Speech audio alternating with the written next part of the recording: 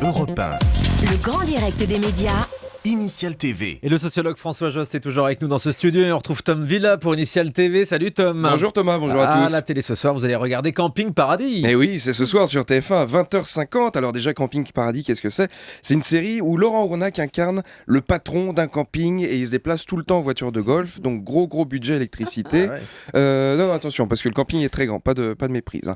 Alors le titre de l'épisode de ce soir, c'est Un fantôme au paradis. Alors pour les plus cinéphiles, à ne pas confondre avec Phantom of Paradise de Brian De Palma.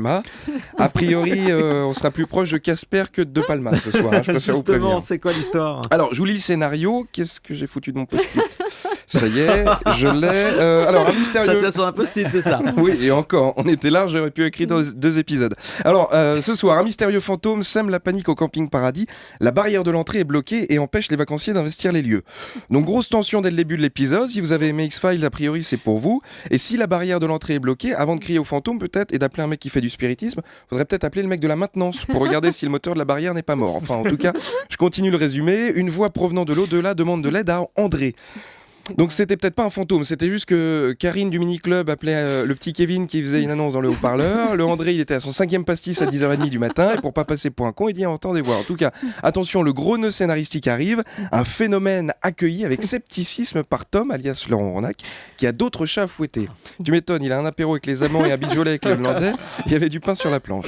Bon, en tout cas, cet épisode est tout à fait dans l'actualité estivale. Bah oui, beaucoup plus logique que la première diffusion de cet épisode, qui avait eu lieu le 14 février 2011. Chérie, ce soir c'est la Saint-Valentin, tu préfères aller au resto ou regarder le spécial Camping Paradis avec Smaïn et Princesse Erika? Bien vu TF1. Allez, je vous lis la critique de Télépoche qui au passage est un magazine vu son format qui ne rentre dans aucune poche. Donc la critique, en dépit d'une histoire à dormir debout, je vous avais dit que c'était pas du Brian De Palma hein, quand même. Ce divertissement familial porté par des comédiens sympathiques plaira aux plus jeunes. Voilà, juste, moi je voudrais m'arrêter sur comédien sympathique. Je crois que c'est le pire compliment que tu puisses faire à quelqu'un. Tu sais, alors la fille d'hier, elle était jolie, elle était sympathique, oui, traduction, elle est moche. Alors le comédien n'est pas moche, il est nul. Je sais pas pour vous, Thomas, ce soir, mais j'ai vraiment envie de regarder un programme où on se cultive vraiment. Ah bah, vous allez regarder Secret d'Histoire alors sur la calasse. Non, je serai devant des 8, il y a une soirée Steven Seagal. À demain. Merci beaucoup, Tom Villa.